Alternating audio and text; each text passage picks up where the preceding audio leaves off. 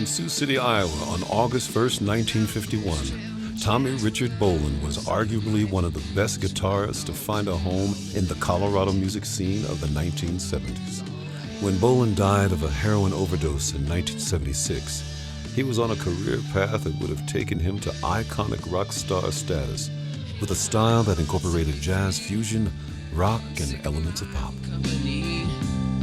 The first time I met Tommy, it was opening night of my club, Tulagi's nightclub, and I booked Zephyr, of which he was the young guitar player in David Gibbons' band. Tommy, this kid guitar player, just knocked my socks off. His credits included 2 albums with the band Zephyr, 2 solo albums, 2 albums with Joe Walsh's former band, the James Gang, and collaborations with jazz drummer Billy Cobham on his seminal album, Spectrum, and replacing Ritchie Blackmore in the #1 psychedelic rock band of the late 60s, Deep Purple.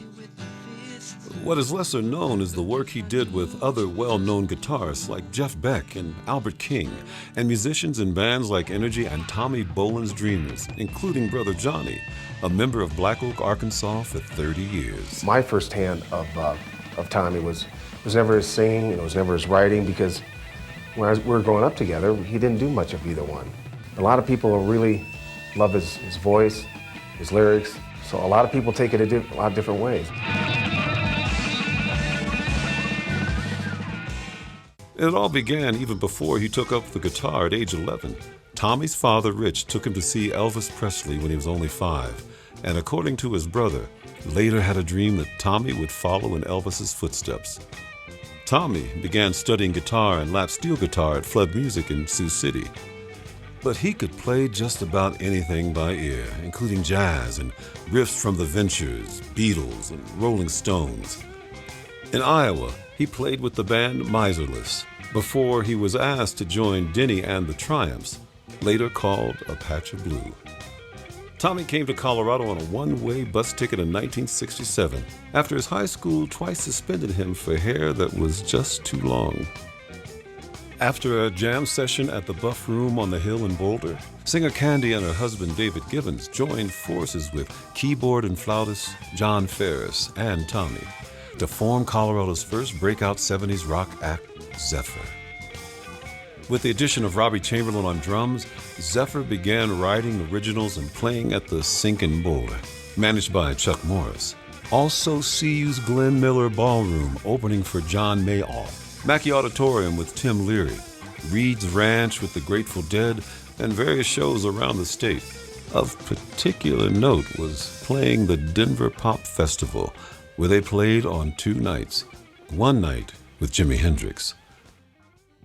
Zephyr recorded their first self-titled album in 1969 in Los Angeles for ABC's Probe Records, doing shows that included spots with Led Zeppelin, Leslie West Mountain, Mad Dogs and the Englishmen, Spirit, Fleetwood Mac, and pretty much every top group of the era.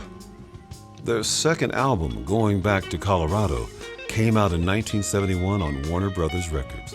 It was at that point that Zephyr's manager, Colorado promoter Barry Fay, turned his attention to Bolin's career, and Tommy left Zephyr to begin his own journey. In 1973, Bolin joined the James Gang, whose founding member was Joe Walsh. My understanding is he saw Tommy play, I think at Tulagi's, called the other 2 guys, they had broken up, the James Gang, and said, from what I know, there's a kid who's a better guitar player than me. This is Joe Walsh talking. You might think about auditioning him and reform the band. And of course, he auditioned, became the lead singer, guitar player, and they made 2 more albums, James Gang Bang and James Gang Miami. And he brought the band back, and he was great. And then left. You know, he always wanted to have his own band.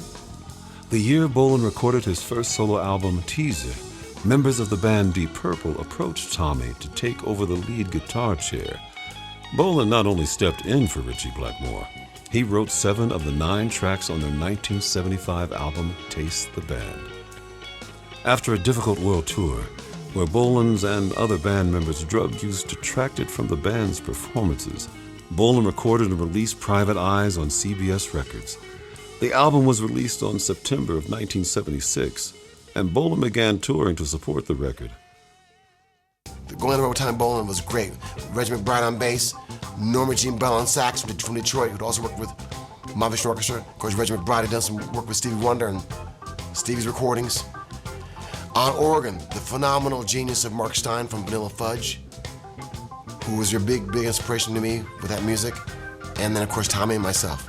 Tommy was really great until we went to New York, and we played the place I loved, which is called The Bottom Line.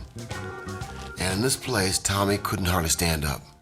Second album I thought was brand new and just came out, and Tommy got the Jeff Beck national tour and overdosed and died on the first night of the tour in Miami.